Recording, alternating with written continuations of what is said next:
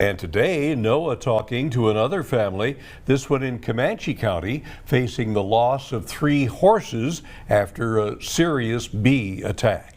This bee attack happening just last Friday. The ranching couple in Comanche and other first responders now talking about the dangers of bees in the springtime and how to avoid any other tragedies. Our top story continues. Whether raising them for show, rodeo, or training for a friend, Baillie Hillman and James Ramirez are no strangers to horse care.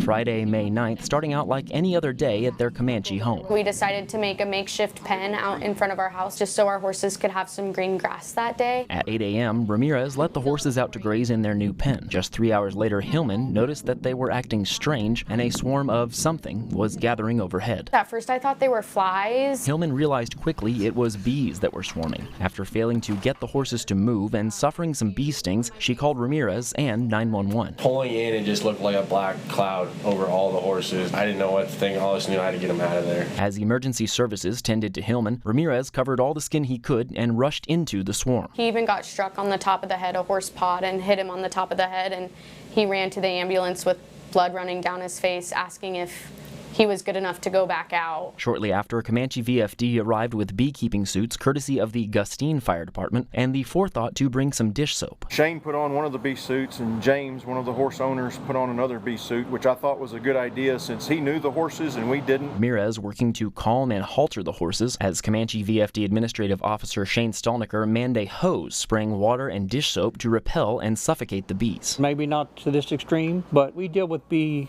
calls at least probably once a year, especially during the summertime. After 2 hours, they were able to get the horses away from the swarm, though over the next few hours, Clovis and Ace would succumb to their stings. Pepper was taken to the vet, which only bought them about a day more with her. She had a trach in her throat because her face swelled up so much she couldn't breathe, and she ended up having a seizure and dying too, so we lost all 3 horses. Since that day, the couple has removed the tree, sprayed the land, and worked to be more vigilant about surveying the areas that hives can take hold in. The horses were our best friends pretty much, so it was just tough losing them. We wouldn't wish it upon anyone. For BigCountryHomepage.com, I'm Noah McKinney. Thank you, Noah. They say that hive measured about 7 feet tall, housed inside of that tree on their fence line. Ramirez said just the day before he'd been out there by the tree while their neighbor mowed underneath it.